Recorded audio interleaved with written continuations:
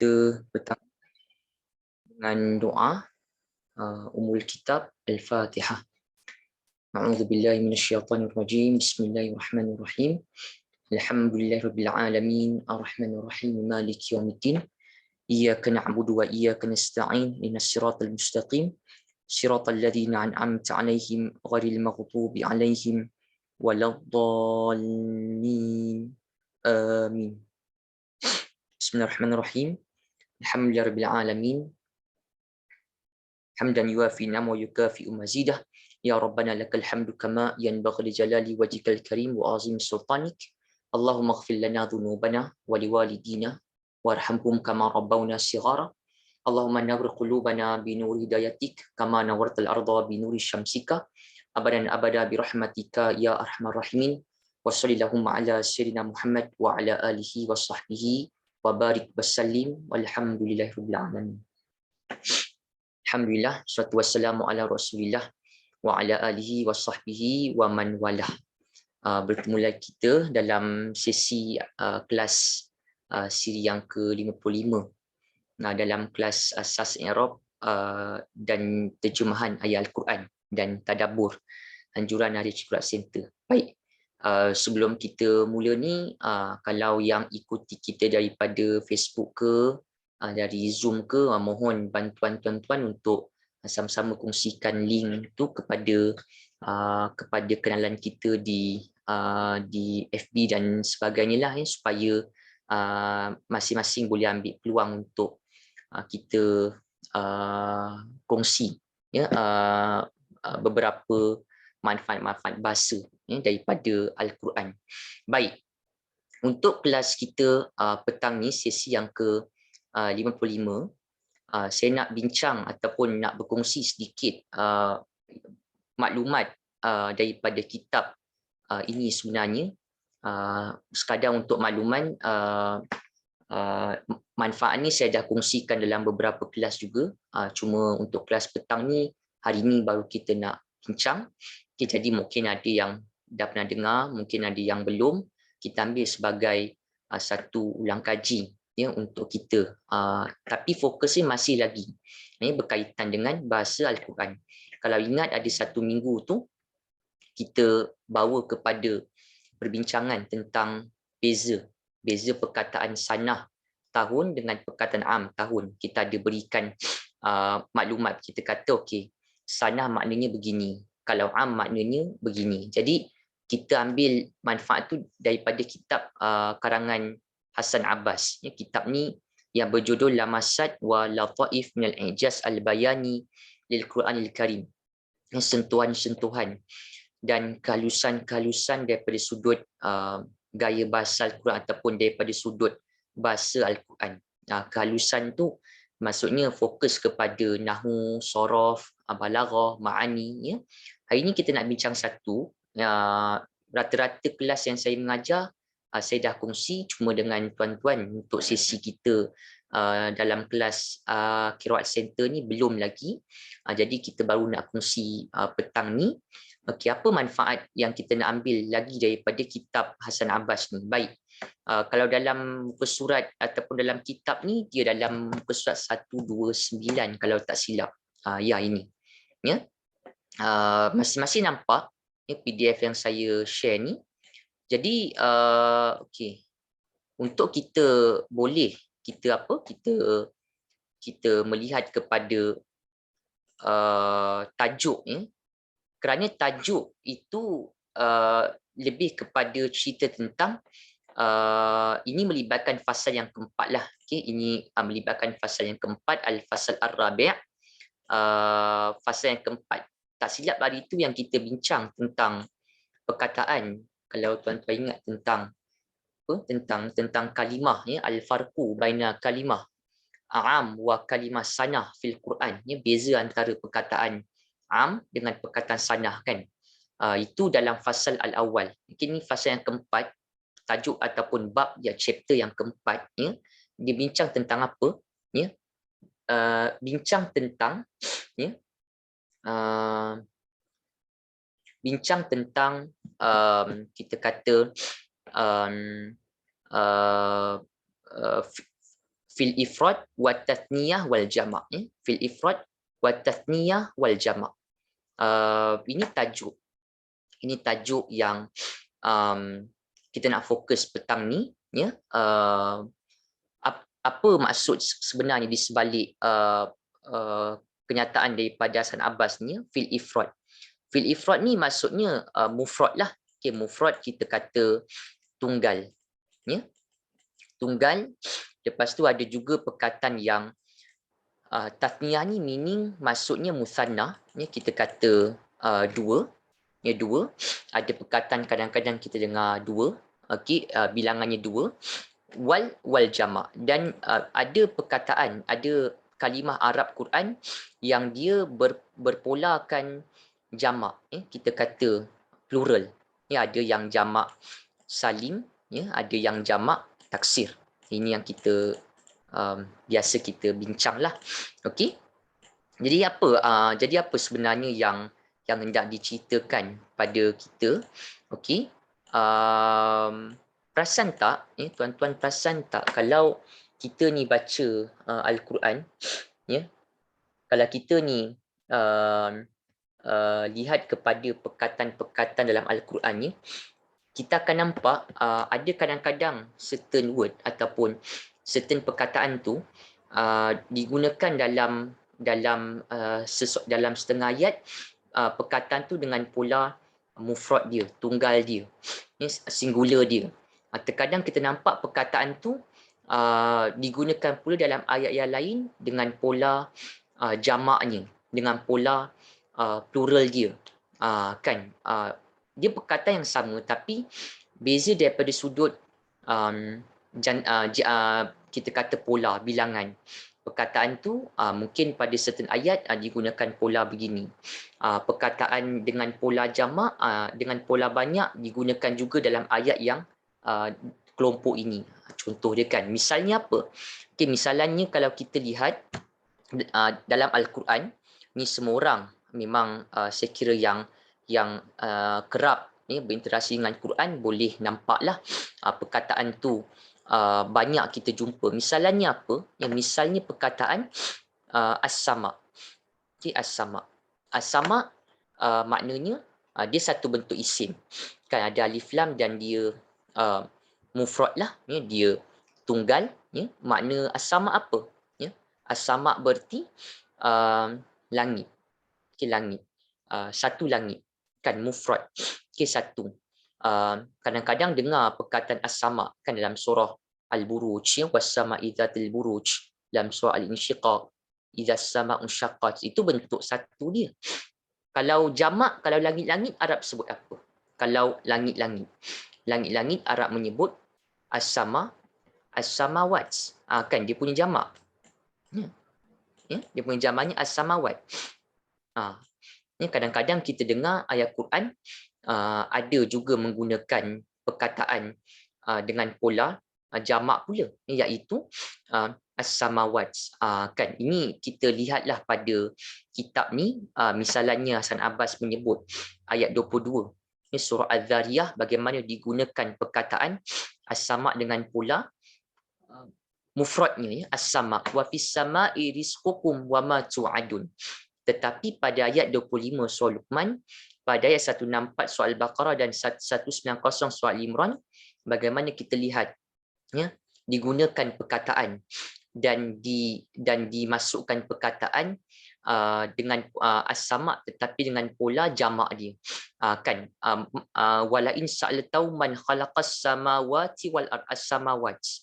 Begitu juga pada ayat 164 Al-Baqarah, 190 Ali Imran, digunakan perkataan as-samawat. Inna fi khalqis samawati wal ard.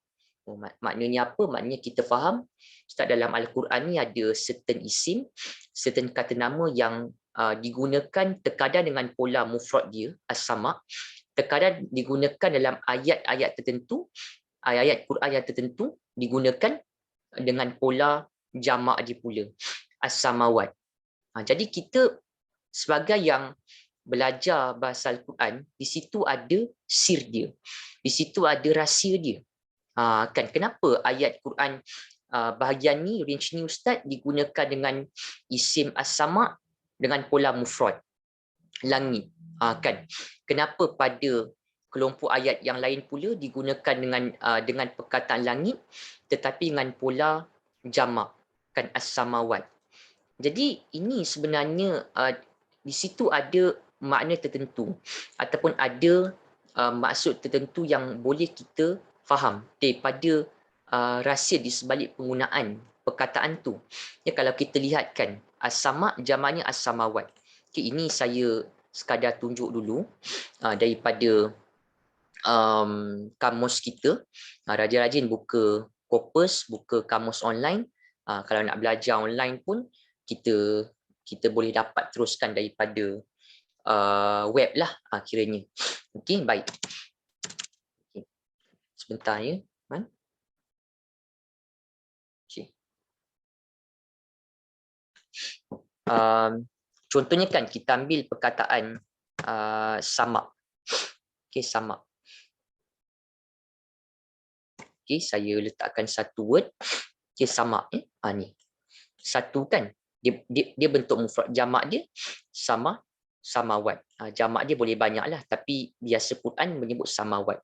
Jadi kita pun terfikirlah, kita pun mesti tertanya kan, apa hikmah, apa gharat dia, apa fungsi dia.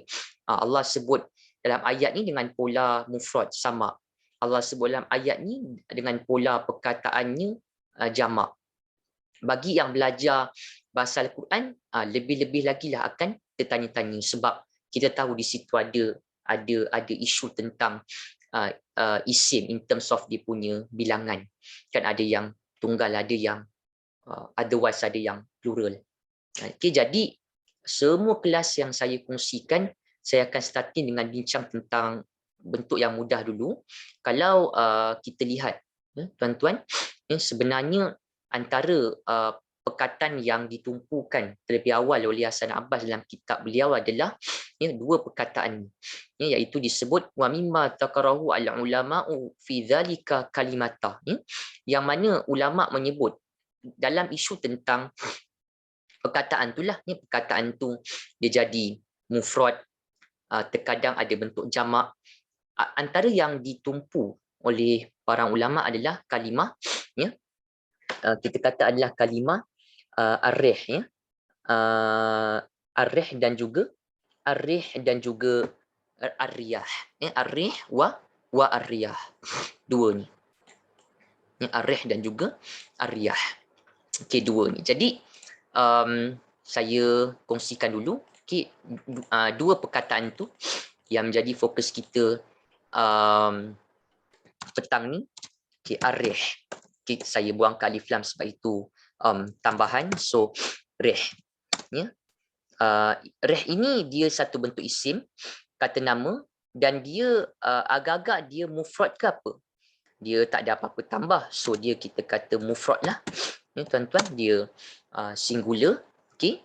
Lepas tu maknanya apa rih ini? Rih ini maknanya angin. Okay, angin ataupun tiupan angin ke, mufrad. Tunggalnya rih itu isim yang mufrad tunggal, maknanya angin. Okey, jamak dia apa? Jamak dia kalau kita lihat daripada kamus, kita cek dalam kamus kita. Okey. Okey. Ada rih di sini. Kan, ni rih. Okey. Ada ditulislah di sini jamaknya ada arwah. Ini arwah ni bukannya arwah yang kita faham yang roh-roh tu. Ini arwah di sini angin-angin. Jamak dia ada banyak. Sebab jamak taksir dia boleh banyak. Jamak taksir dia boleh banyak wazan sebenarnya. Okey. Jamak untuk angin adalah kita ambil sekarang kalimah riyah. Dia boleh aryah, dia boleh arwah, dia boleh arawih, dia boleh araih.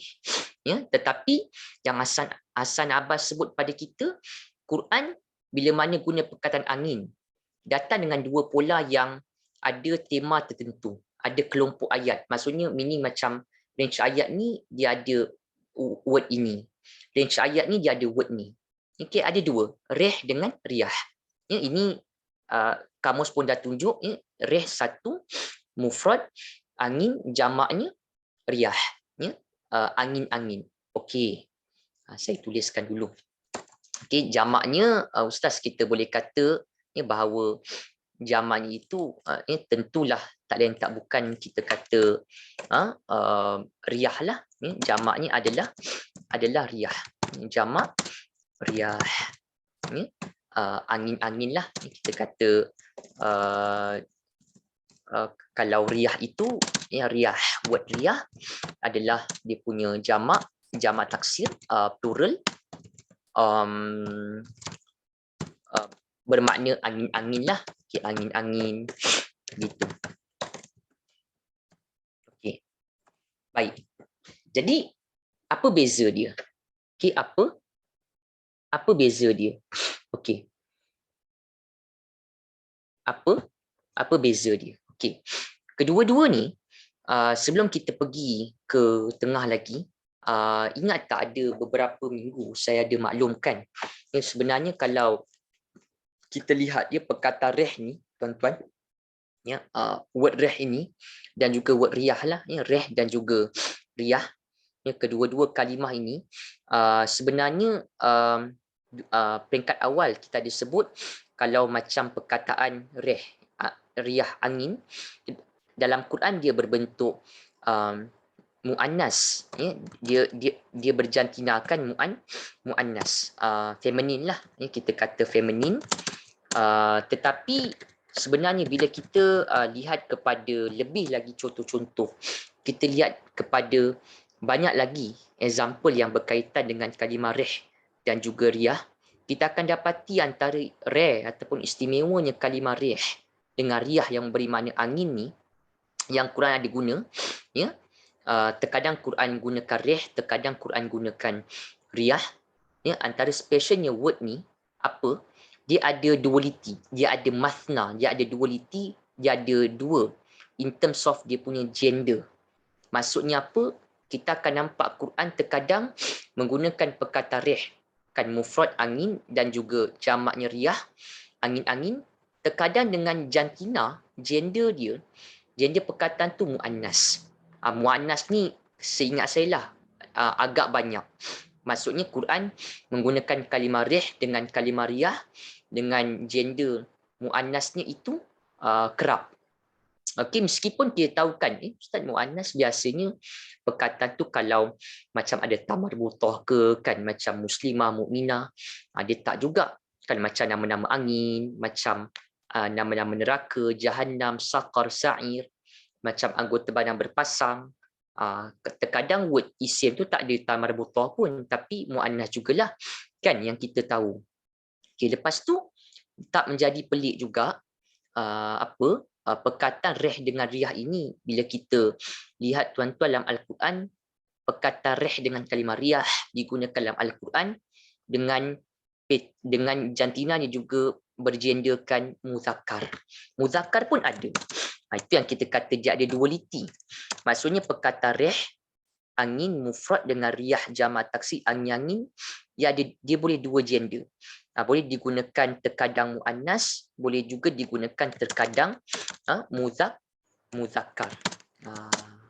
Sebenarnya banyak lagi yang kita perlu bincang, tapi saya cuba fokus pada dua ni dahulu dalam waktu kita yang terhad ni. Okey, dua-dua boleh. Macam pelik jugalah. Sebab kenapa? Biasanya kalau belajar isim ni, rih kan dah pegang rih, mufrad, angin, lepas tu jamak dia riyah, jamak taksir angin-angin, Ustaz kata mesti satu word, satu gender lah.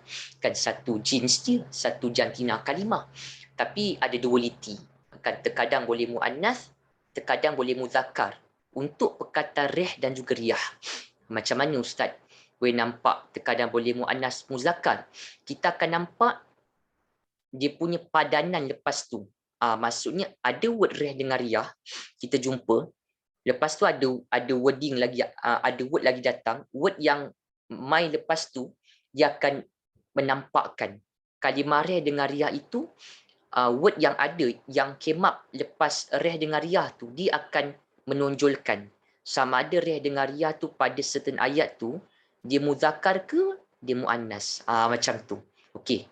Tak mahu bebel panjang sangat nak tunjuk contoh sebab kita perlu pada contoh. Okey, berapa sebenarnya kan? Dia ustaz kata adalah kan Hasan Abbas pun ada tunjuk pada kita. Kan misalnya kita bincang reh dulu. Kan dalam ayat 41 ya, surah Az-Zariyah, bagaimana Allah Subhanahu wa taala menyebut wa fi adin iz arsalna alaihimur rihal aqim.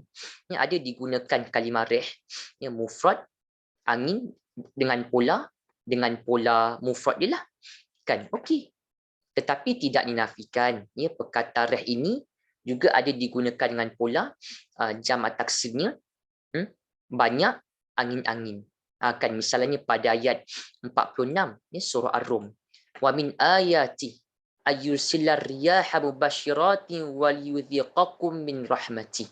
Ya, ada kalimah ar-riyah. Jadi kita nampaklah macam mana tadi tuan-tuan nampak perkataan satu set. As-sama as-samawat okey ada.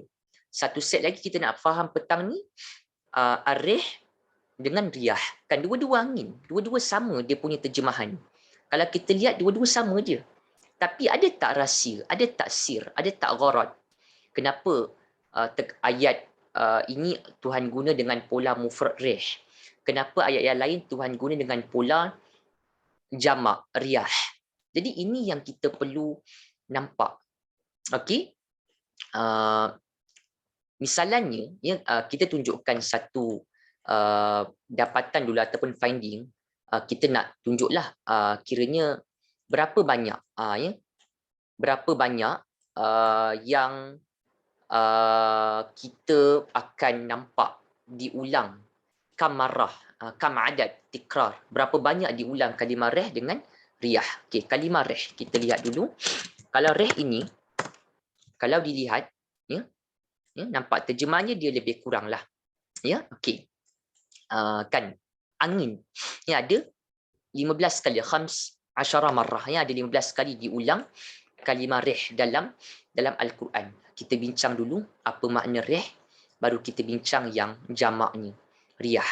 Okey, tandakan ada 15 kali. Okey, ini tuan-tuan nampak ni ada 15. Okey, so kita pun tandalah. Okey, kalimah rih ini kita kata ada 15 kali ya, diulang dalam Al-Quran. Bagaimana pula dengan kalimah yang jamak dia, riyah, angin-angin, berapa pula kekerapan penggunaan dalam Al-Quran? Okay. Biasanya kalau orang yang buat studies, PG student ke, ataupun yang buat study pasal Quran, Corpus ke apa ke, dia akan refer pada web ni lah, biasa je lah, just untuk further reference lah. Yeah? So, boleh refer lah kalau kita nak tahu makna ke, kita nak tahu annotation ataupun dia punya makna, dia punya root words pun web ni membantu. Okay, free je dia corpusquran.com ni. Okay, nampak ya? Kalau kalimah riyah berapa kali? Kalau kalimah riyah dia kurang 5 berbanding kalimah rih yang mufrad, angin yang berbentuk mufrad lah 15 kali. Kalau riyah hanya 10 kali ya, 10 marrah. Kalimah riyah yang berbentuk jamak taksir, angin-angin. Okey, kita pun tanda. Okey. 10 kali. So apa beza dia? Kan apa beza? Ustaz ni nampak sama je. Kan tadi yang rih tadi pun terjemahnya begini juga. Kan rih, ni rih yang mufrad angin ada 15 kali diulang dalam Quran. Ini dia ada 10 kali ya. Ini dia ada 10 kali ya, kalimah riyah ni, tetapi dengan polanya iaitu kita kata pola jamak ya, ada ditambahkan s, sama je kan. Yang kalau rih pun terjemahannya angin, riyah pun terjemahannya angin-angin, English pun sama. Itu sebab sebenarnya tuan-tuan akan nampak kita tak boleh kata kita ni dapat nampak keindahan bahasa Quran tu habis kepada terjemahan semata. Contoh macam sekarang, kalau kita ditanyakan, okey, rih, ada riyah, apa beza? Kenapa disebut ini? Kenapa disebut kalimah begini pula? Kalau dia daripada sudut terjemahan, dia tak tunjuk, dia cuma terjemahkan literal je, kan, angin, angin-angin, macam tu je. Jadi kitalah yang kena nampak apa apa secret di sebalik penggunaan tu. Ini nak bincang petang ni. Okey, baik. Ini bukan kita sebut, ini Hasan Abbas sebut, ada makni yang tertentu. Hasan Abbas sebut apa? Kalau digunakan kalimah rih, ya, rih ini, ya, digunakan bila, ya, akan digunakannya kalimah rih itu, ya, dalam cerita yang bagaimana fi siyaqil azab. Tolong highlightkan bahagian ni. Fi siyaqil azab. Tadi yang kita faham rih itu ada, dia bentuk mufrad, angin yang 15 kali 10 marah, 15 marah, 15 kali yang diulang dalam Al-Quran. Kalau digunakan kalimah rih, angin, yang bermaksud angin yang hendak diceritakan itu adalah angin yang berupa azab. Ada ke Ustaz cerita Quran angin yang berupa azab? Tuan-tuan ingat tak cerita tentang Nabi Hud, kan, yang kaumnya Ad?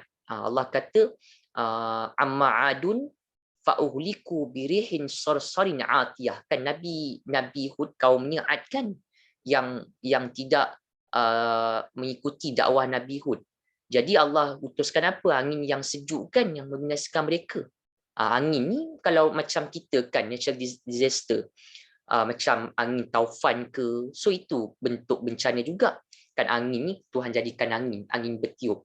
Kalau angin yang macam kita kata ada manfaat, angin yang Allah utus gerakkan awan tu turunkan hujan.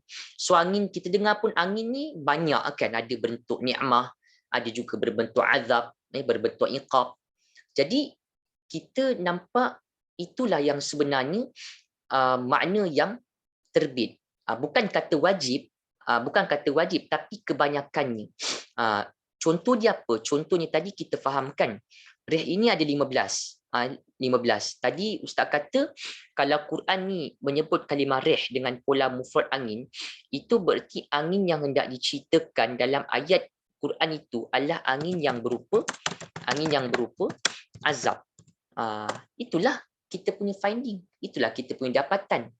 Kalau kita nak lihat daripada sudut kayanya, indahnya bahasa Quran tu, sebab kita kata kalau yang ada asas baru boleh nampak apa yang kita nak kongsi. Keindahan tu daripada sudut bahasa. Tuan-tuan bayangkan kalau kita cerita dengan orang yang tak ada asas, kan, contohnya tak tahu apa itu mufrad, jamak, pola ayat, i'rab, jamak taksir tu apa, muzakkar muannas tu apa, agak-agak dapat tak sampai apa yang kita nak kongsi. Agak sedikit mencabarlah, sebab itu menuntut kita untuk faham yang basic baru kita nampak, rupa-rupanya tadi ada 15 ayat. Ustaz kata ayat Quran yang ada kalimah rih bukanlah semua, tetapi kebanyakannya mungkin dalam 15, ada dalam 13 ataupun 12 yang mana kalimah rih itu diulang, yang mana word rih itu mengandungi perkataan ataupun mengandungi makna azab. Angin yang hendak diceritakan dengan bentuk kata rih dengan pola mufrad itu, berarti angin yang hendak diceritakan adalah angin yang berupa azab, ataupun angin yang berupa azab, ataupun ayat yang mengandungi perkataan rih, ayat yang mengandungi word rih itu. Ayat itu dalam konteks penceritaan, ayat itu dalam konteks penceritaan tentang azab. Ini Hasan Abbas sebut tadi, kan, rih fi siyaqil azab, tusta'mal fi siyaqil azab, dalam konteks penceritaan tentang azab. Macam mana tadi kata Ustaz dalam kalimah rih mufrad angin 15 kali, kebanyakannya bila sebut kalimah rih dengan bentuk mufrad, angin tu cerita tentang angin yang berupa azab kepada golongan tertentu, ataupun ayat itu yang ada kandung perkataan rih mufrad itu, ayat itu dalam konteks penceritaan tentang azab. Mungkin dalam 15 ada dalam 13, 12, yang selebihnya itu kenapa Yang selebihnya tu ada mungkin melibatkan balaghah ke, macam yang minggu lepas kita bincang dengan semua kan, macam ayat puasa sepatutnya kena guna bentuk mufrad muannas, sifat dia ayaman ma'dudah kan, tapi Quran sebut ayaman ma'dudat. Kan itulah ada unsur balaghah dia. Bila ayat, kita kena tahu bila ayat Quran ni tuan-tuan, dia keluar daripada kaedah nahwu sorof ataupun penggunaan bahasa Arab yang biasa. Jadi di situlah ada balaghah ni yang perlu kita nampak. Nanti kita boleh tunjukkan contoh. Okay, ini satu. Okay, kena faham. Bila sebut reh, mufrad, angin, isim ni dia bentuk mufrad, maksudnya angin tu berupa angin yang berupa azab. Ataupun ayat yang ada mengandung ni perkataan reh itu, ayat itu dalam konteks penceritaan tentang azab. Ada contoh tak yang kita nak tengok? Nanti kita tunjuk. Okey, lawankan dia. Lawankan apa? Itu kalau reh. Sebaliknya kalau riyah apa? Kalau riyah, Hasan Abbas sebut kalau kalimah riyah yang kita fahamkan, riyah ini isim yang jamak taksir ya. Riyah berupa jamak taksir angin-angin. Bila mana Quran mengulang-ulang perkataan riyah ya, angin ya. Itu bermaksud apa? Lawankan. Kalau reh tadi yang bentuk mufrad kan, reh bentuk mufrad, angin itu berupa angin yang berupa azab. Kalau Quran menyebut kalimah reh dengan bentuk mufrad, angin itu berupa azab, dan juga ayat itu dalam konteks cerita tentang azab. Ya, kalau guna perkataan reh, mufrad, angin. Tapi kalau diulang-ulang perkataan riyah dengan pola jamak taksir, itu berarti angin-angin yang hendak diceritakan adalah angin-angin yang berupa nikmat ataupun rahmah. Tusta'malu fi siyaqir rahmah. Nampak tak ni? Ni bukan kita duk faham sendiri tuan-tuan. Kita refer pada tafsir, kita refer pada terjemahan. Kita refer pada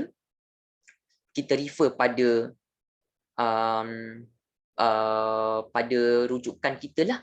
Okey, supaya kita nampakkan apa sebenarnya beza antara kedua-dua tu. Okey, tandakan kalau kalimah riyah ya, kalau word riyah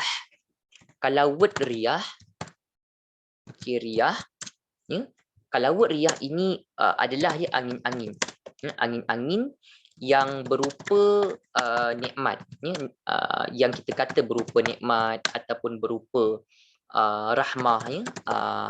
Kan kita tahu angin, Allah cerita tentang angin menggerakkan awan turunkan hujan tu rahmah. Jadi bila Quran menceritakan tentang angin, reh dan juga riyah, kita nampak dua bentuk tu. Ya, ada bentuk azab, ni macam yang tuan-tuan tahu, ya, ada yang berupa nikmat. Itu sebenarnya kita nampak ada. Sebenarnya kita akan faham begitu dengan lebih mudah kalau kita nampak pola perkataan reh itu dengan riyah. Kan kebanyakan lah, bukan kata 10-10 tu mesti, tapi kebanyakannya. Sebab kita tahu Quran ni penggunaan katanya begitu luas. Penggunaan ma'ani, unsur ma'aninya balaghah itu begitu luas. Jadi kebanyakannya begitu. Baik. Okay, jadi kita dah set dah. Ya.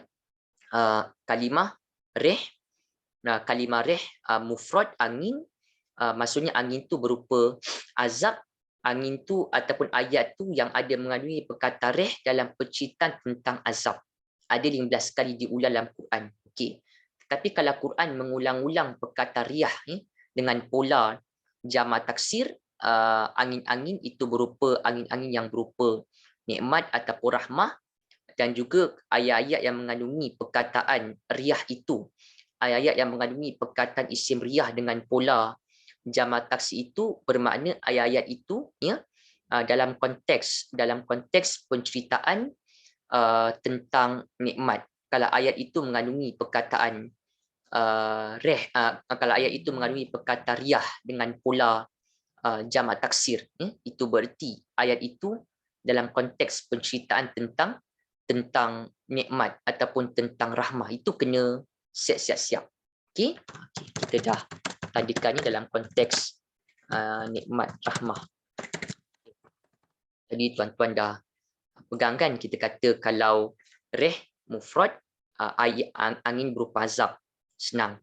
Kalau riyah biasanya jamak angin yang berupa nikmat. Kita nak tengok macam mana pola pattern Quran menggunakan pattern yang seperti itu. Itu yang Hasan Abbas sebut. Kita ambil dulu yang bentuk mufrad dia. Rih kan, rih. Okay. Yang tadi Ustaz dia cerita bla bla bla semua apa. Dia ada muzakkar, ada muannas, ya. Itu kita nanti nak tekankan juga dalam waktu yang terhad ni. Okey, baik. Okey, cuba perhatikan. Sebenarnya itu yang berlaku. Itu yang berlaku. Apa yang berlaku tuan-tuan? Kalau Quran mengulang-ulang, ya, karar, mengulang perkataan rih dengan pola mufrad, ternyata angin itu yang berupa azab ataupun ayat itu menceritakan tentang azab, angin yang berupa azab yang menimpa kepada satu golongan, satu puak. Contohnya apa? Kita ambil satu ayat, ya. Nanti kita nak ambil nak keluarkan daripada sampel yang Hasan Abbas tunjukkan tadi dalam kitab yang kita paparkan. Baik, ini kita ambil satu. Kini kan ayat. Ini dalam surah Al-Ahqaf. Al-Ahqaf ayat 24 kalau tak silap. Okey. Jadi kita nak tahulah, ya, yang pada ayat ni. Kalau kita lihat, okey. Kalau kita lihat daripada ayatnya, okey. Bismillahirrahmanirrahim. Bal huwa masta'jaltum bihi rihun fiha azabun alim. Mesti masing-masing pun dah tertanyakan ataupun dah kita nampak relevan kenapa guna rih. Ya. Kenapa dia ada fiha, kenapa ada kalimah azab. Jadi bila kita dah ada maklumat itu tuan-tuan, rih begini, riyah begini, itu yang menampakkan kepada kita keindahan bahasa Quran tu. Sebenarnya kita lihat satu ayat ni. Ayat 24 surah Al-Ahqaf. Ayat 24 surah Al-Ahqaf kita nak tunjuk dulu. Okey. Ayat 24 ni surah Al-Ahqaf. Okey.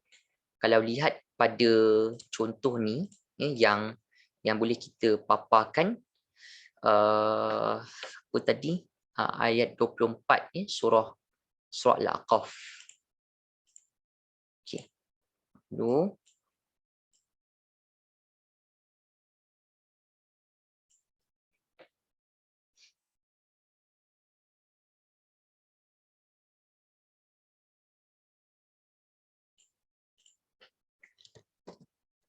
Saya nak bincang tu je untuk kelas kita petang ni. Cuma adalah satu lagi yang perlu untuk kita sharing juga sebenarnya. Okey, ni. Okey. Ni sekadar nak kita tunjukkan contoh dia. Baik, ayat 24 surah Al-Ahqaf ni. Okey. Kalau lihat di sini, okey, pada contoh ni, bal huwa masta'jaltum bih rihun fiha azabun alim. Baik. Sekadar nak tambah info. Okey. Bal kita ambil daripada bal lah. Bal bahkan. Huwa ia. Bahkan ialah. Ma ni apa yang mausul, ya. Ista'jaltum, ya. Ista'jaltum. Ingat tak kita ada bincang kalau ista'jaltum ni dia ada tum kan? Bila tum ni dia berkaitan apa? Dia ada berkaitan dengan madhi. Kan sebab madhi biasa tambah hujung, tum ada melibatkan dhamir antum. Apa dia punya kata akal untuk ista'jaltum ni? Kita buangkan tum dapat ista'jala. Ingat tak kita ada kata dengan tuan-tuan kalau kata akal tu yang madhi, ya, kita kata kata akal yang madhi, yang hujungnya baris atas tu yang ada huwa. Kalau kata akal tu dia punya awalnya ada alif sintah, kan, macam istaghfara, meminta ampun, istakhraja, minta keluarkan. Jadi kita dah set dah. Bila kata akal tu dia awalnya ada alif sintah, macam ista'jala, akal asal untuk istajaltum, maksudnya dia akan ada makna apa? Dia akan ada makna meminta, meminta, memohon. Ya. Kalau tengok terjemahan, itulah terjemahan dia. Ya. Bahkan itulah azab yang istajaltum, kamu meminta supaya segera datang azab itu. Nampak tak ada meminta? Sebab kita tahu kita memang dah selalu ulang-ulang banyak dah. Ya.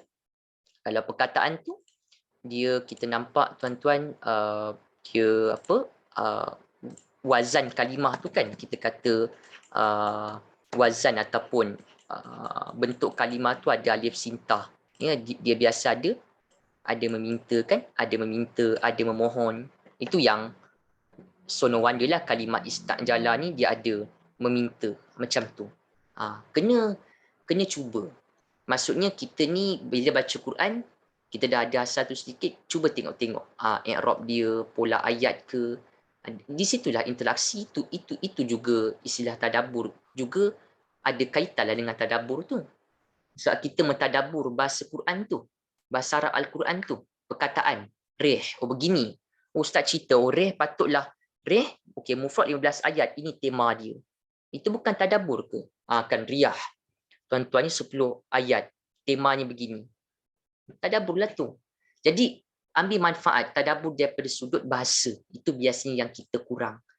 Tuan-tuan lebihkan sikit pada bahagian tu. Ya? Fokus pada perkataan tu. Tak bincang banyak pun dua. Satu set perkataan je. Riyah. Okey, itu satu tadi ya. Dengan tambah sikit lah tadi. Kataka, alif sinta ada meminta. Istaghfara diikut wazan. Wazan pada nombor 11 ni. 11 ya. Ada meminta. So terjemahannya ada meminta lah. Meminta untuk disegerakan ya, azab tu. Rihun fiha azabun alim. Ya. Apa bentuk azabnya rih? Kan rih. Angin. Kan. Mungkin kalau orang yang baca mungkin sekerat ingat, oh ni angin yang baik kot. Angin yang biasa ni. Kan? Angin yang biasa, angin yang normal. Kita yang dah ada maklumat rih begini, riyah begini, apa yang kita nampak tuan-tuan? Kan kita dah faham dah. Ni Ustaz kata kalau reh dia mufrad singular, angin yang berupa azab. Angin yang berupa azab. So no wonder lah disebut reh ada dengan azab sekali. Kenapa tak disebut riyah? Kan kita belajar ada juga kalimah riyah. Kan ayat yang lain ada juga Quran menyebut kalimah riyah. Tetapi kenapa pada ayat 24 surah Al-Aqaf disebut-sebut perkataan reh kan dengan pola mufradnya. Sebab kita tahu ni cerita tentang azab, ayat fokus tentang azab. Ya, ini ada disebut ni. Ya, inilah azab yang dahulunya kamu meminta untuk dipercepatkan azab itu. Apa bentuknya? Ya, rihun, iaitu azab yang berbentuk angin, angin fiha.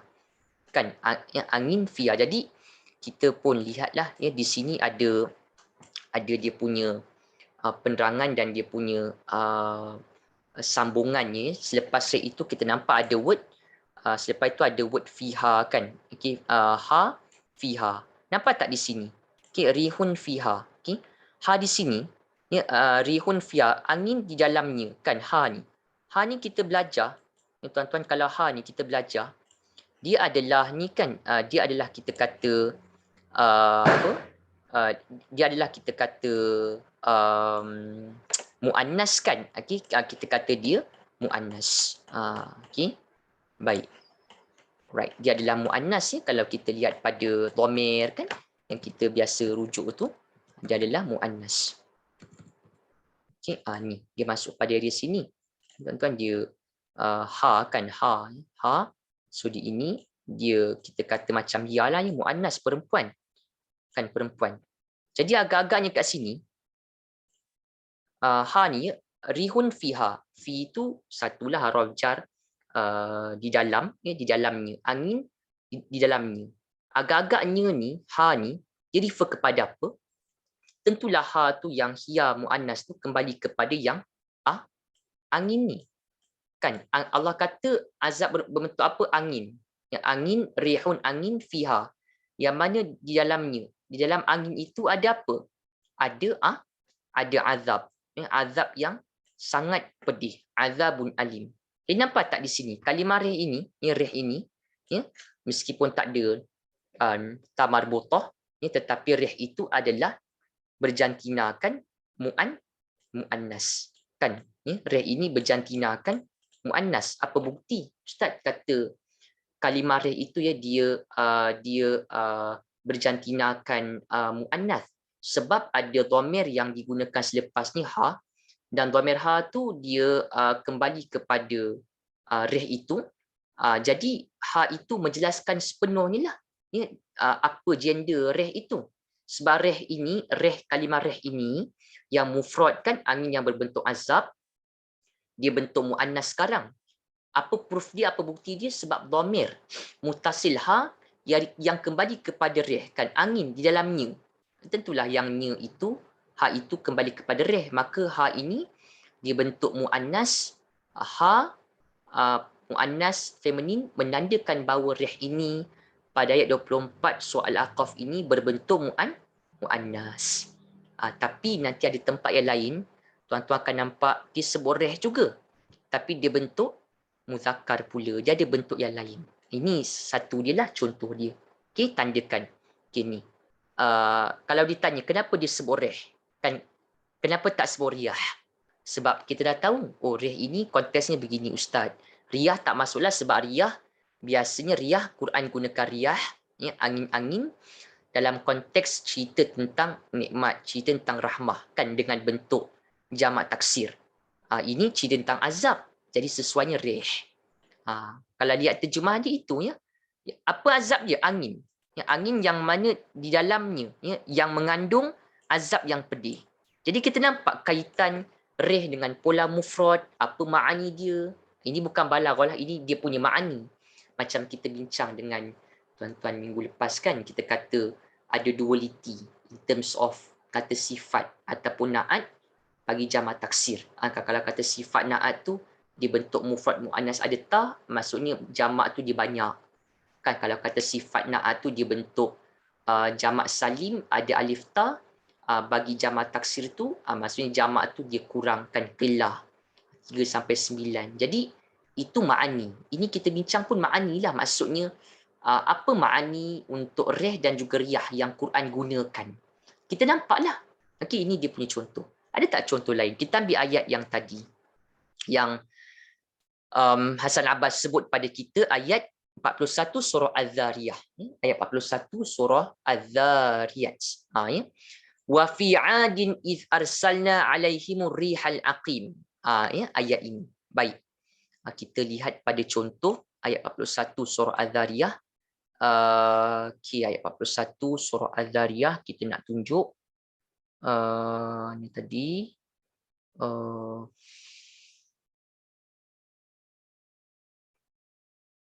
Okey ni.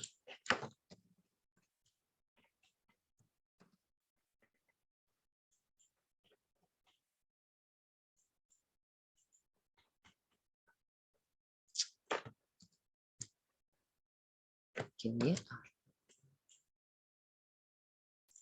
Cuba lihat ayat, agak cantik ayatnya. Kalau kita lihat, wa fi 'adin iz arsalna 'alaihimur rihal aqim, ya, itu dia punya ayat yang dapat kita lihat. Okey. Kita bincang sekejap, ya, ada digunakan kalimah rih. Jadi kita dah terbayang dah.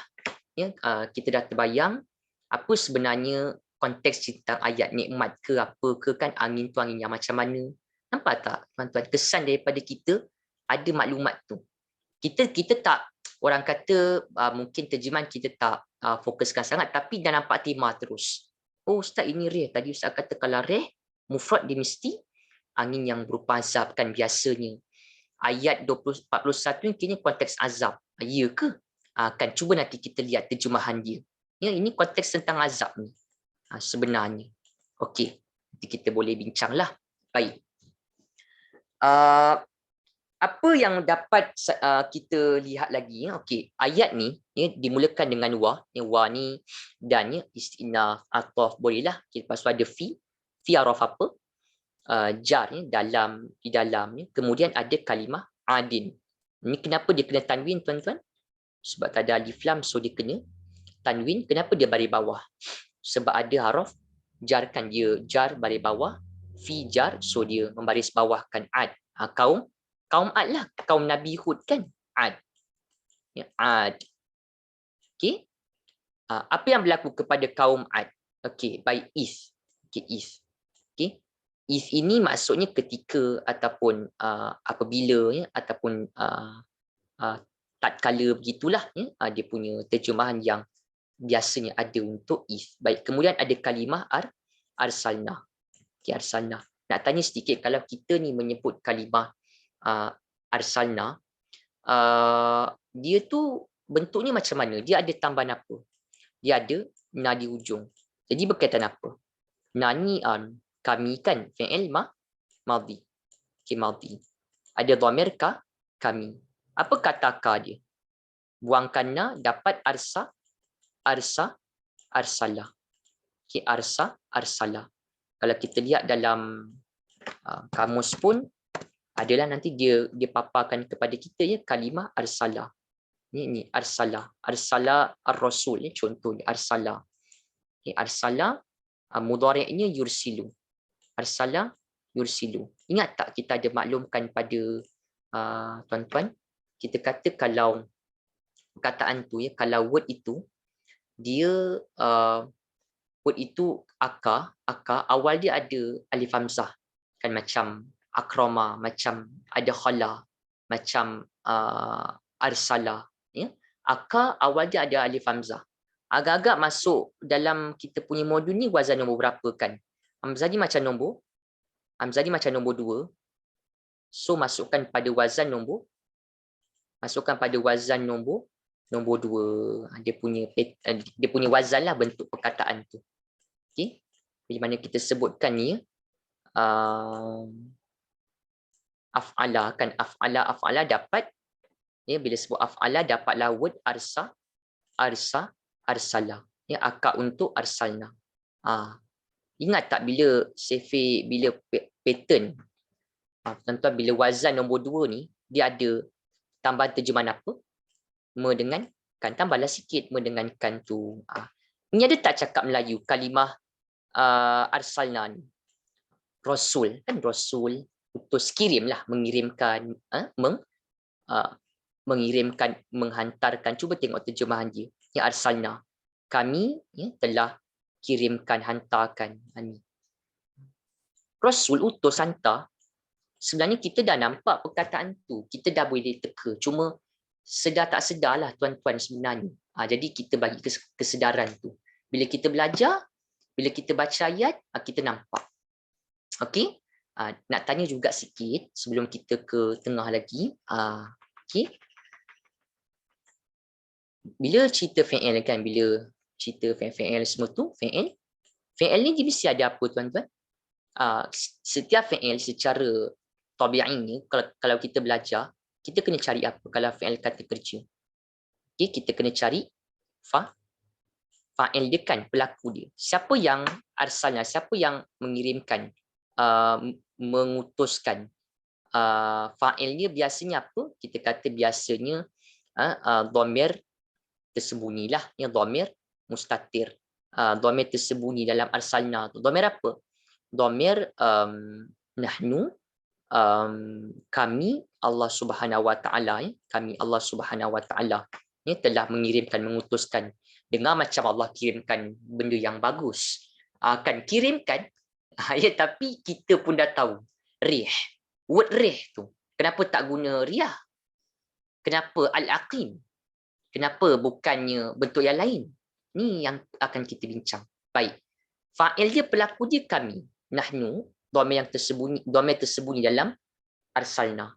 Kami Allah Subhanahu Wa Taala. Arsalna, mengirimkan, mengutuskan. Mengirimkan apa? Bila sebut mengirimkan apa ni, apa tu jawapan kepada apa? Apa tu jawapan melibatkan objek. Objek Arab sebut apa kalau objek? Ya. Objek Arab menyebut sebagai sebagai maf'ul, sebagai maf'ulun bih. Kan, sebagai maf'ulun bih.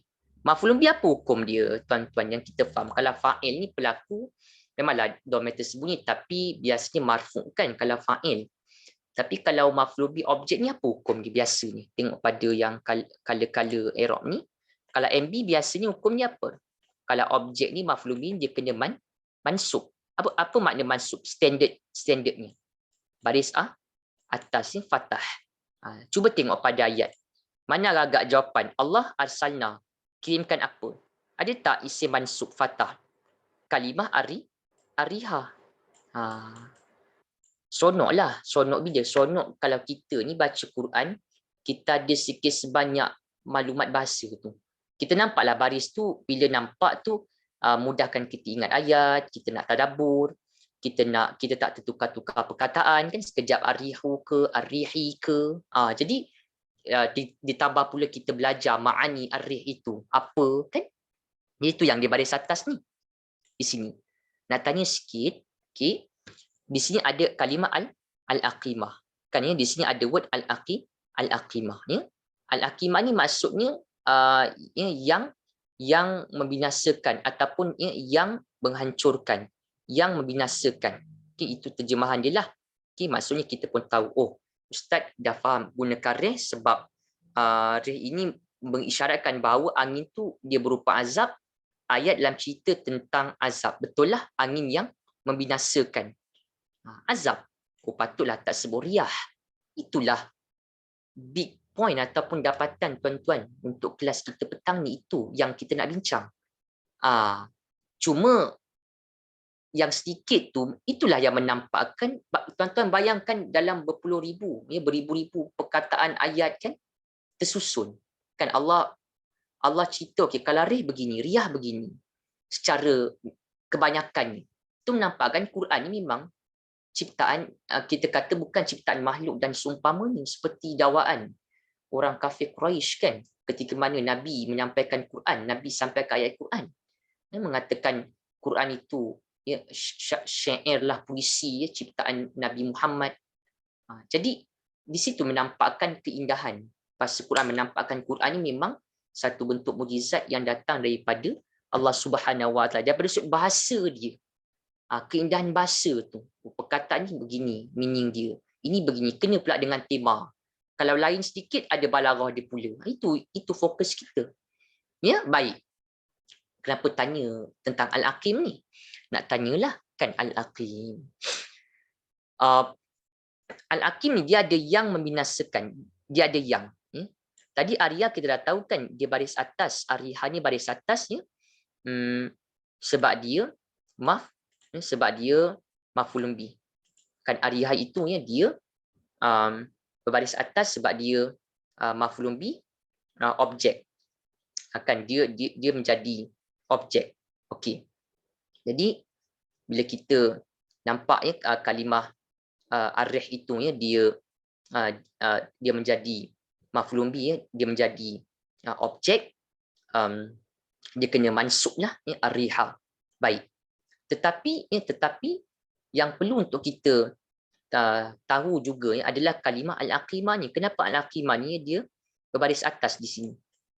Al-aqimah. Kenapa tak al-aqimu, al-aqimi? Okey. Semua orang mungkin akan nampak, okey, sebab al-aqimah ni dia ada yang kan.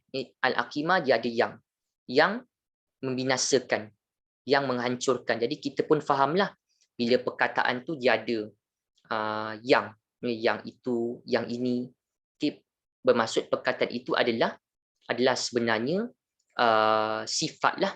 Okay, sifat ataupun na'at. Adjektif. Kan kita jumpa kadang-kadang ada certain word, perkataan Quran terjemahannya yang, itu bermakna, itu adalah berkaitan sifat. Maka al-aqimah ni, ia adalah sifat. Okay, sifat ataupun na'at. Kita belajar sifat na'at ni, dia dalam bab tajuk besarnya apa? Sifat ataupun na'at ni, tajuk besarnya adalah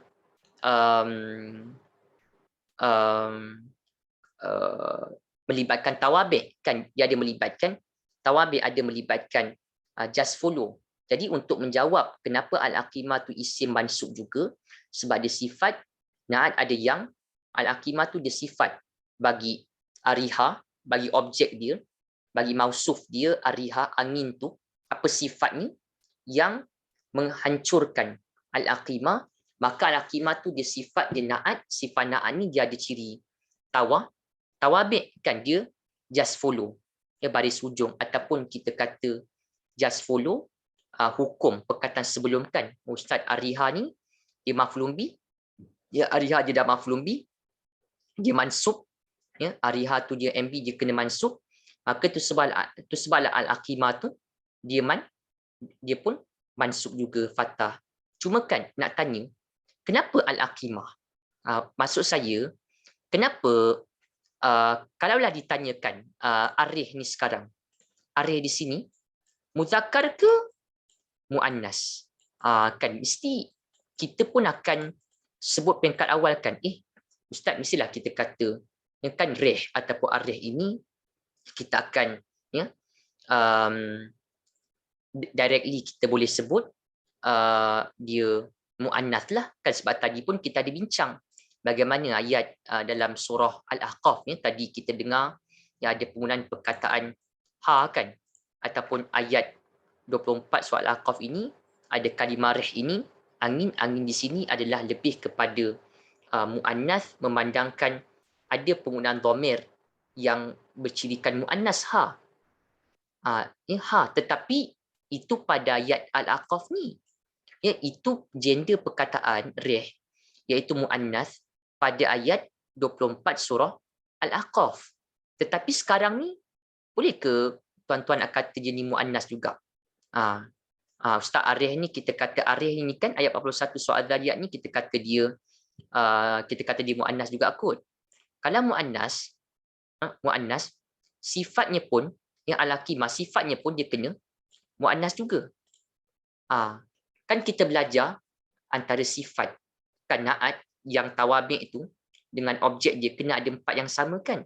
Alif lam, ariha al-aqimah ada alif lam. Hujung dia sama. Dua-dua bilangan sama, mufrad. Tapi alif jantina lain. Tak boleh. Tak boleh. Habis kalau kita kata ariha ni muannas, ustaz kita nak kata apa? Cuba tengok al-aqimah ni. Al-aqimah. Nampak tak isunya sekarang?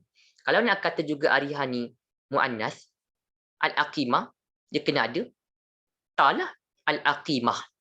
Sebab antara mausuf objek arih dengan al-aqimah ya, sifat dia kena ada 4 sama. Dia punya maksimum dan antaranya adalah jantina. Macam mana kita boleh kata ariha itu ya? Ariha muannas, tapi al-aqimah dia sekarang ni dia muzakkar. Al-aqimah ni sekarang dia kalimah al-aqimah ni dia muzakkar. Yang muzakkar, kalau muannas ni kita tambahkan ta kan.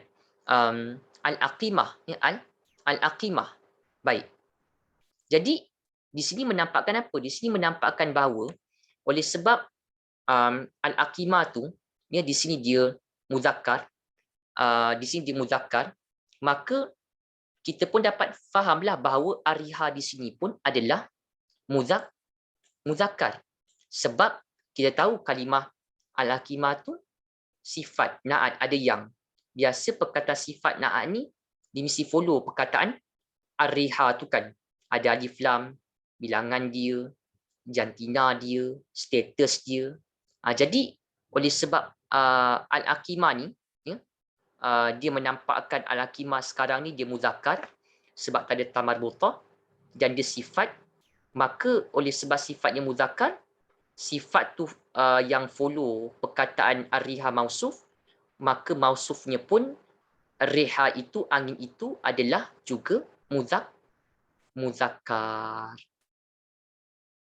Ar-riha di sini pun adalah muzakkar. Jadi nampak tak? Isunya sekarang adalah tadi yang kita kata dengan tuan-tuan ni, bagaimana kalimah rih ini dengan riha itu dia terkadang boleh apa? Dia terkadang boleh muannas. Ya, rihun fiha. Kadang-kadang boleh muzakkar, rihal aqim. Ini yang kita dapat nampak dia punya bentuk dia ataupun dia punya keadaannya itu bagaimana. Gender ataupun jantina bagi kalimah rih dan juga riyah. Okey. Harapnya itu dapat nampaklah, kita bincang sikit lagi, ni dah nak hujung waktu dah. Okey. Kalau kalimah riyah kan, kalau kalimah riyah, tadi kita faham apa tuan-tuan? Kalau kalimah riyah yang kita faham ni adalah um, riyah itu dia pola jamak taksir yang memberi erti bahawa angin-angin yang hendak diceritakan adalah angin-angin yang berupa nikmat, rahmah, ataupun ayat yang mengandungi perkataan riyah itu, ayat itu dalam konteks cerita tentang nikmat dan juga rahmah. Kan contohnya apa? Kita lihat umum je. Ini saya tunjukkan umum saja. Okay, di sini. Kalau tuan-tuan tengok kalau kita cari perkataan riyah dalam Al-Quran, lepas kita faham itu antara standard ataupun ma'ani yang Quran menampakkan penggunaan kata rih dan juga riyah. Kalau kalimah riyah tadi kita faham, kalau dia bentuk banyak, bermaksud apa? Angin-angin itu berupa nikmatkan rahmah. Cuba lihat, bila cerita tentang riyah, ini mesti ada tentang rahmah. Nampak? Bila riyah, ini cerita tentang hujan. Ada ma'annya, hujan. Hujan kan rahmah. Hujan kan turun dengan asbab awan yang digerakkan oleh angin, yang angin itu diutuskan oleh Allah Subhanahu wa taala. Allah sebut, wa huwallazi yursilu riyaha busyran baina yaday rahmati. Kan bila cerita tentang riyah, angin-angin, pola jamak mesti apa? Rahmah. Ya, riyah mesti cerita tentang rahmah. Ya, cerita tentang hujan. Ya, fis sama, cerita tentang hujan. Menurunkan hujan ke kawasan yang tandus, ya. Cerita tentang kehidupan, hidupkan bumi, ahya bil arda. Ya, gunakan riyah. Kenapa tak gunakan rih? Sebab pada simpanan kita tuan-tuan, kita dah nampak. Ini kena dengan tajuk tadi tu. Ya, fil ifrad wa tathniyah wal jama'. Okey, perkataan satu set. Kalimah rih mufrad, dia kalau kalimah rih mufrad, dia angin yang berupa azab, ataupun ayat Quran yang ada kalimah rih itu biasanya ustaz kata ayat yang ada kandung kalimah rih itu, ayat itu dalam konteks cerita tentang azab. Fi siyaqil azab, ada 15 kali diulang dalam Quran kalimah rih. Ada riyah bentuk jamak taksir, dia 10 kali, akal dia lebih kurang, dia agak kurang berbanding kalimah rih. Tetapi bila Quran mengulang-ulang perkataan riyah dengan pola jamak taksir, itu bererti, ya, angin yang hendak diceritakan adalah angin yang berupa nikmat, rahmah yang diturunkan kepada manusia, ataupun ayat yang mengandungi kalimah riyah itu adalah ayat yang dalam konteks penceritaan tentang nikmat ataupun rahmah. Nampak sikit, tapi bila tuan-tuan ada info tu, istilah kita nampak, indahnya bahasa Quran, likulli maqamin maqal. Setiap konteks cerita tu, cerita azab, nikmat, kan, mesti ada certain word yang digunakan. Nampak kan memang ni kalam Allah Subhanahu Wa Taala yang ada unsur kehebatan daripada sudut bahasanya, gaya bahasanya, maknanya, penyampaiannya itu bagaimana, bertepatan dengan receiver, bertepatan dengan penerima kita yang mendengar. Itulah tadabburnya. Okey, baik, kita ambil satu ayat. Saya ambil satu je lah, contoh ringan je pada tuan-tuan sebelum kita pergi satu lagi last. Okey, ni satu contoh ayat 157 ataupun ayat 57, tak silap, dalam Al-Quran, ayat 57 surah Al-A'raf. Okey,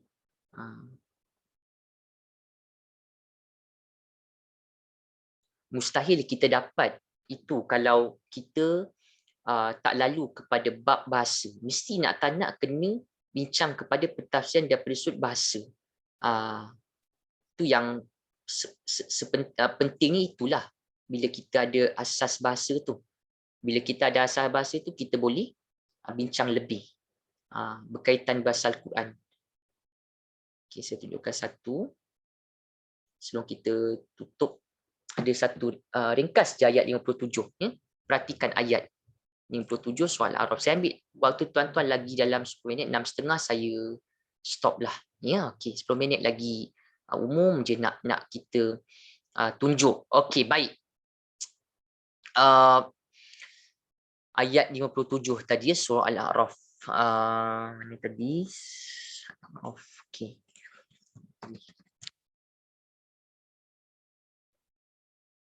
Surah Al-A'raf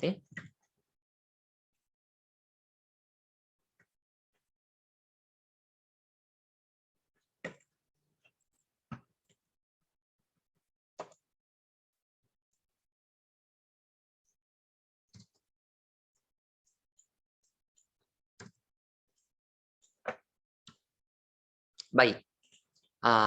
Jadi kita perhatikan pada ayat sebentar sebelum kita pergi pada contoh yang terakhir. Okey. Ini ya. Wa huwallazi, dan dialah Allah yang yursilu ya, daripada arsala yursilu. Ni tuan-tuan, af'ala yuf'ilu. Mengutuskan apa? Bila apa-apa mesti berkaitan maf'ulun bi, ustaz kata mansub, so kalimah fathah. So kalimah riyah, ujung ni mansub. Nampak tak riyah ni? Alif ni dia cukup penting. Asalnya apa? Ini ada alif. Ini tulisan Kitabah Imlaiyah.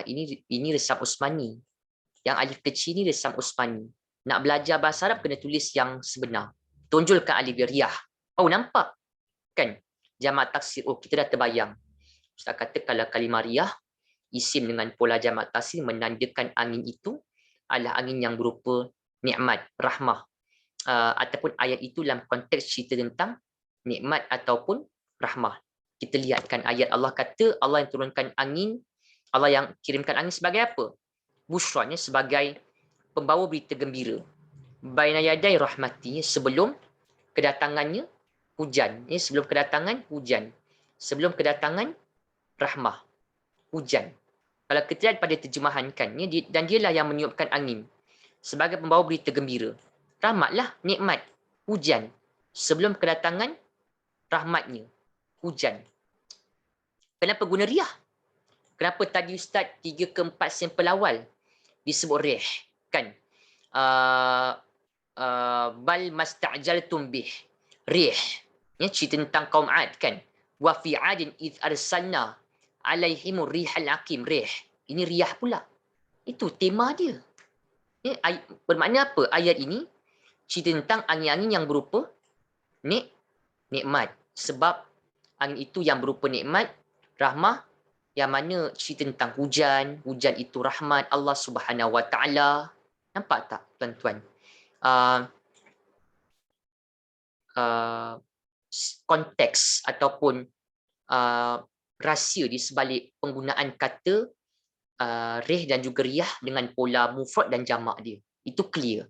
Okey, nampak? Baik. Satu lagi. Tetapi. Ada tetapi dia. Ini bukan kita cerita, kita sembang-sembang macam tu. Hasan Abbas ada sebut. Okay, ada lagi satu. Ya? Tetapi.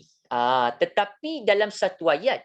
Tetapi dalam satu ayat yang mana Allah Subhanahu Wa Taala menyebut kepada kita ayat 22 surah Yunus. Wa amma qauluhu ta'ala hatta idza kuntum fil fuluk wa jarayna bihim birihin tayyibah wa farihu biha. Nampak tak disebut kalimah rih ni dengan kalimah tayyibah.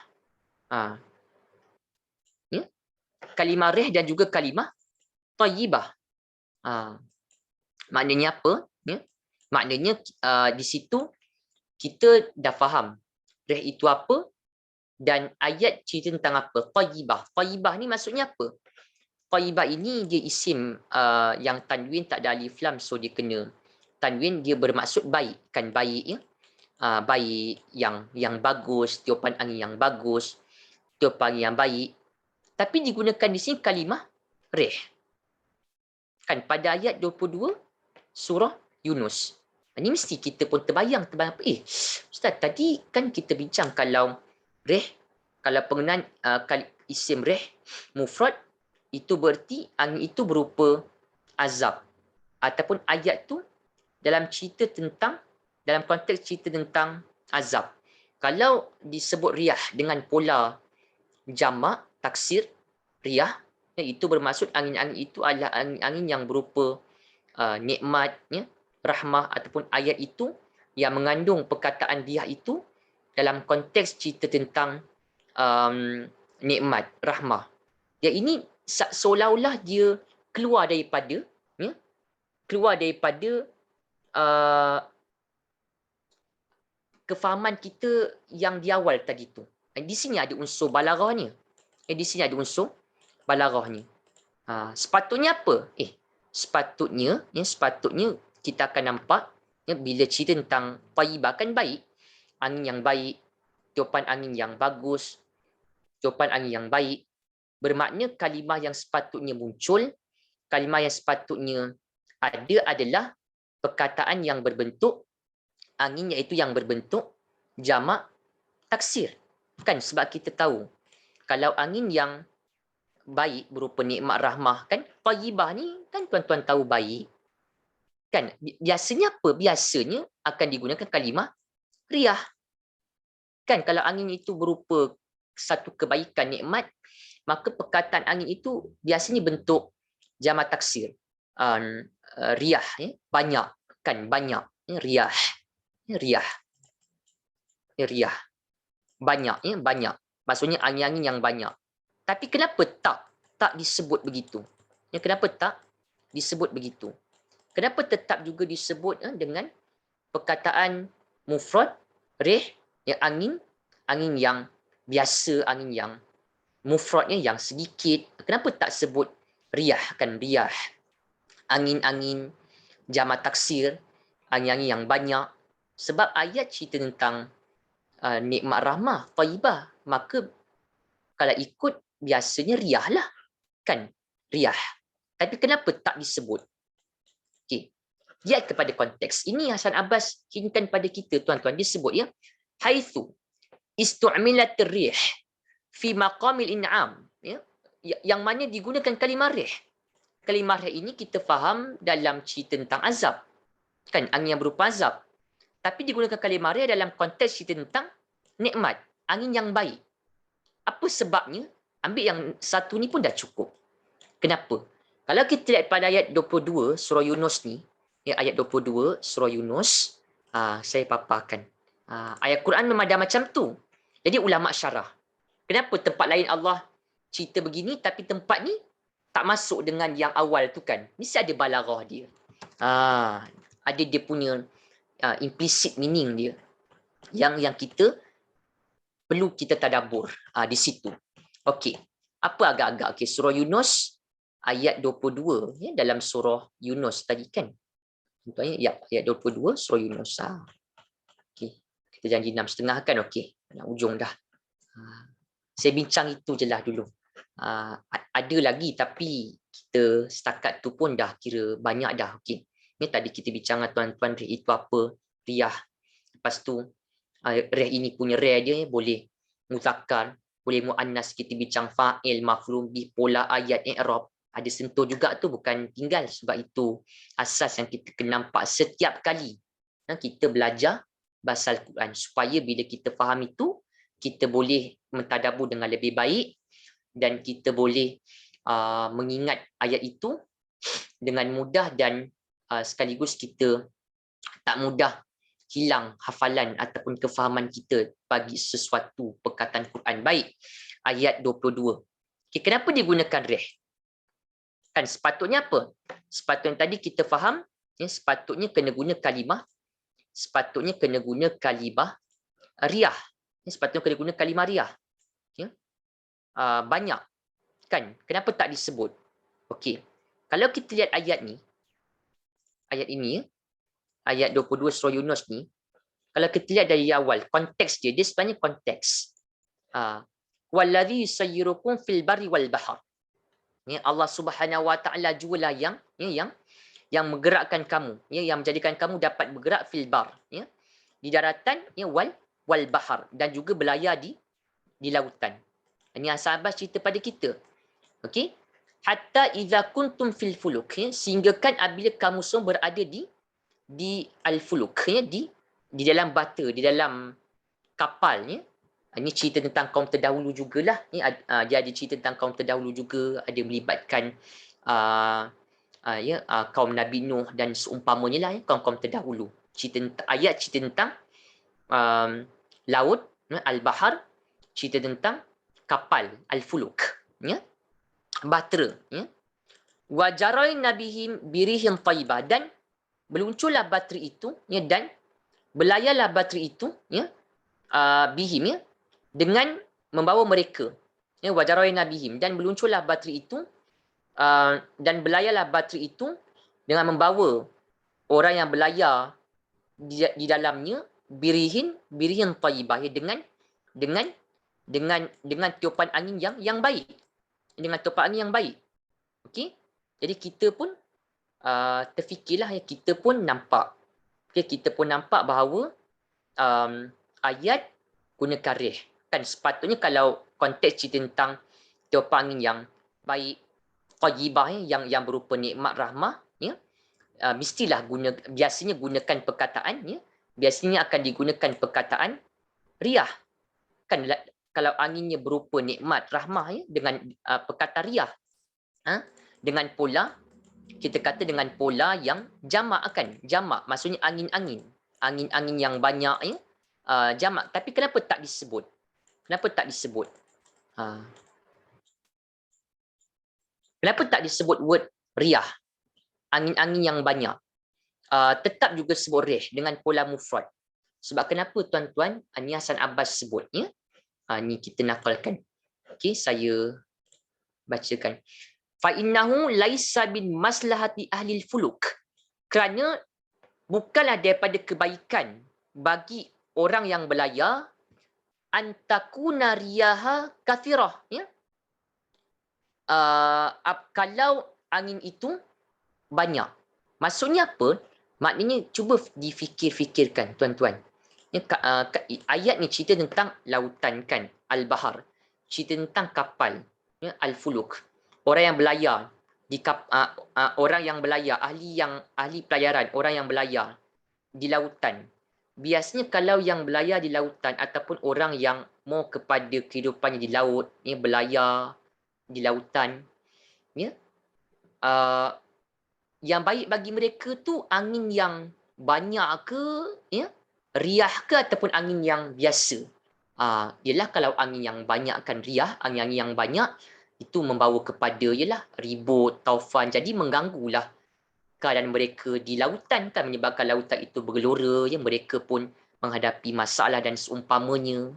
Jadi nampak tak konteks? Sebab konteks sekarang memanglah kalau ikut kefahaman awal tadi, sepatutnya riyah lah, kan, riyah dengan pola jamak, ya. Tapi kenapa word riyah tak disebut? Angin-angin. Sebab angin-anginnya riyah jamak taksir, riyah jamak taksir, angin-angin yang banyak, ya, bukanlah satu kebaikan, bukanlah satu maslahah, ya, bukanlah satu maslahah kebaikan untuk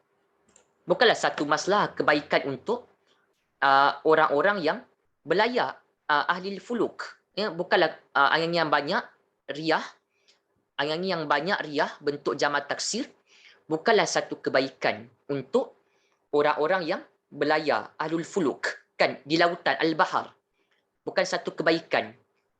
Maka itu sebablah tak disebut dengan kalimah riyah. Itulah sebabnya tak disebut dengan kalimah riyah jamak taksir. Sebab riyah, angin yang banyak, jamak taksir, angin yang banyak bukan satu kebaikan untuk orang yang belayar al-fuluk, ya, untuk orang yang belayar di lautan, ya, yang kebaikan untuk mereka angin yang biasa, kan, rih, ya, rih yang berbentuk mufrad, tunggal. Maksudnya bila sebut rih ini mufrad, berarti angin yang tiupan angin yang biasa, yang bukannya banyak kencang. Jadi nampak tak, sebab konteks sekarang cerita tentang lautan, lepas tu kapal belayar, memang kena gunakan riyah sebab nikmat, tetapi bila mana disebut riyah tak sesuai, sebab riyah itu membawa isyarat angin-angin yang banyak, kan, riyah jamak taksir, angin yang banyak. Angin yang banyak bukanlah satu kebaikan untuk orang yang belayar di lautan, ya, maka itu sebablah tak disebut dengan perkataan riyah, ya, hanya disebut dengan perkataan rih, angin yang biasa, mufrad, angin yang baik. Jadi itulah relevan dia, itulah balaghah dia. kenapa disebut perkataan rih dengan pola mufrad juga sekarang. Jadi harapnya sampailah apa yang kita nak kongsikan pada tuan-tuan. Itu perkongsian kita petang ni. InsyaAllah kita jumpa lagi pada 2 minggu akan datang. Minggu depan kita bercuti. Jadi saya kira cukup untuk setakat ni dulu. Apa-apa nanti pertanyaan tuan-tuan boleh inform pada kita, boleh WhatsApp saya, boleh tele juga tentang video modul dan sebagainya. Apa-apa nanti kita update dengan tuan-tuan dalam kita punya grup. Baik, cukup untuk setakat tu. Kita akhirinya kelas kita dengan doa. Subhanakallahumma wa bihamdik asyhadu an la ilaha illa anta astaghfiruka wa atubu ilaik wal asr. Lan insan la fi khusr ladzina amanu wa amilus solihat watawassaw bil haqq wa tawassaw bis sabr. Bismillahirrahmanirrahim. Allahumma rabbana iftah bainana wa baina qaumina bil haqq wa anta khairul fatihin walhamdulillahi rabbil alamin. Okay, terima kasih tuan-tuan. InsyaAllah kita berjumpa lagi pada sesi 2 minggu lagi. Assalamualaikum warahmatullahi wabarakatuh.